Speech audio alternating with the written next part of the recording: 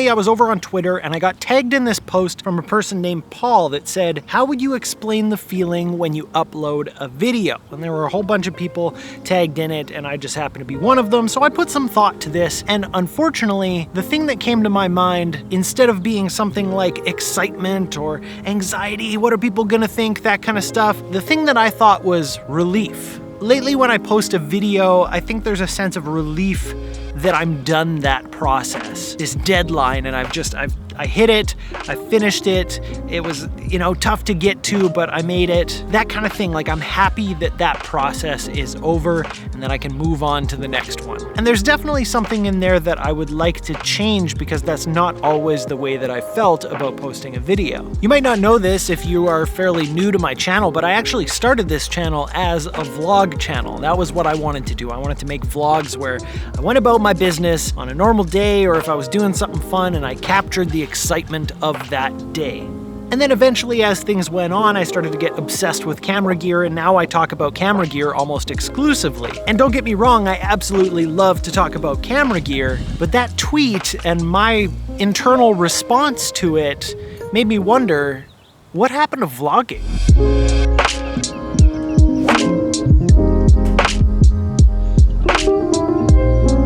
Now, I know that the word vlog can mean a lot of things depending on which way you look at it, but for me, it was always this kind of intersection between something that kind of felt almost like reality TV and then actual real life.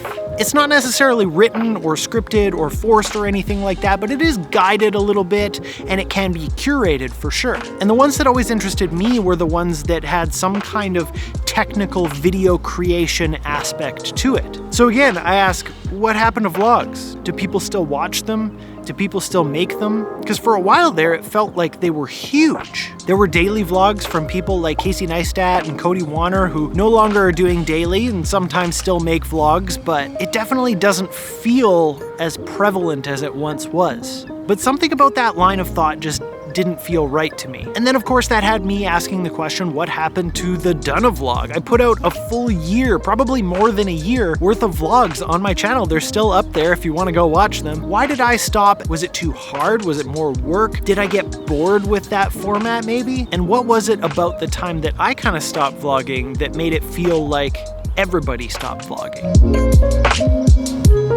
So like any sane person would, I took to Google. I typed in things like, why when I stopped doing something did it feel like everybody else stopped doing it too? Why does everybody care about the things that I care about? And at first, not a whole lot came up, but with some tweaking of the wording, eventually I ran into something called the false consensus effect or false consensus bias. The basis of this false consensus effect is that we tend to overestimate the amount of people who agree with us, like the things that we like, and make the same choices that we do. I think one of the most profound times that I've experienced this in my life was when I was a teenager and I used to skateboard every single day. As soon as I was done school, I would run straight to the Lloydminster skate park and I would spend hours there. And all the people that I was hanging out with were skateboarders. Even when I wasn't skateboarding, I was playing Tony Hawk's Pro Skater with people who were also playing Tony Hawk's Pro Skater. So to me, the entire world, or my entire world, felt like it was all about skateboarding. Now, obviously, I understood that there were people that didn't skateboard, but in my mind, it felt like the majority of people understood skateboarding, knew something about skateboarding, maybe knew the names of the tricks, that kind of stuff, that there must be this huge thing around skateboarding. Now, don't get me wrong, skateboarding is a massive, massive sport, but I think to me it felt way bigger than it was because I was so embedded in it. And then as I got older and I started to skateboard less, it started to feel like, oh, maybe skateboarding's not really that popular anymore. But every once in a while I get this glimpse back into the world of skateboarding, and the top skateboarders in the world are living in huge mansions and are getting these crazy endorsement deals, which means that there has to be a huge fan base for that sport still, even though I'm not a part of it. Pretty egocentric, right? So now if we tie that back into the thing that we're talking about in this video, which is vlogging, I've vlogged every single week for well over a year. The people that I was talking to were YouTubers or vloggers, or at least enjoyed watching vlogs to some extent. People were constantly asking me about the vlogs that I was making because I look like a goofball holding a camera in front of my face all the time. And so to me, the whole world was all about vlogging for such a long time. So you get this kind of inflated version in your mind of what that means to the rest of the world, not just to you. And it's totally human nature for us to assume that whatever's happening in our small circle can be extrapolated to the rest of the world. So if we surround ourselves with those people who agree with us, make the same choices as us, or like the same things as us, it's natural for us to assume that more people do as well. I just lost the sun. Goodbye, sun. Let's go somewhere else.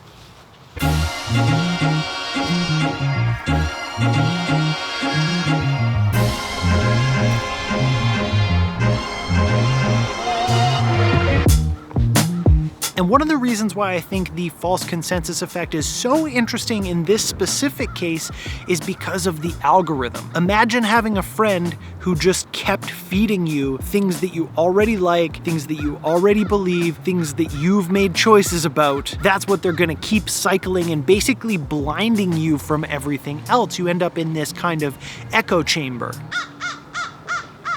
So now it goes beyond just having friends that agree with you. You've actually got this darn near sentient AI thing basically agreeing with you left, right, and center. As people who live on these social media platforms, whatever you search for, whatever you're thinking about, whatever choices you're making are being fed back to you, and they start to seem like that's gotta be the entire world. So imagine for a second that you're a new YouTuber, you wanna start vlogging, so you start searching for videos about how to make vlogs. Maybe you're looking at a lot of other vlogs. YouTube is gonna start to surround you with vlogs, and it's gonna make it seem like vlogs are such a huge thing on YouTube, and I think that's what happened to me. Now again, just like the skateboarding example, I don't think that vlogs are like a small thing. I know that they are a big thing, but it's interesting that when I was doing it, it seemed like such a big thing compared to when I wasn't doing it. And just to tie it back to what we started out with the tweet about like, how do you feel when you upload a video? The reason that I got on this whole thing is because I think I want to try to start vlogging a little bit more again. I remember that feeling that I got when I would make and upload a vlog, and when you get rusty, it doesn't quite have that same feeling, but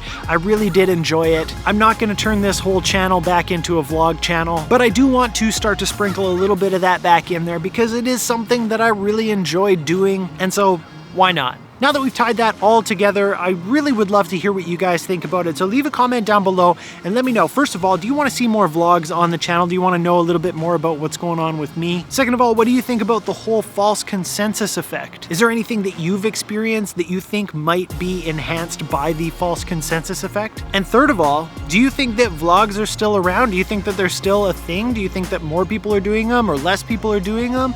Am I totally insane? Don't answer that last one. But yeah, leave a comment down below. Let me know what you think about all of this. And on your way down there, hit that like and subscribe button. Make sure to hit the bell so you don't miss future tutorials, reviews, and maybe vlogs. Thanks so much for watching, and I'll see you next time.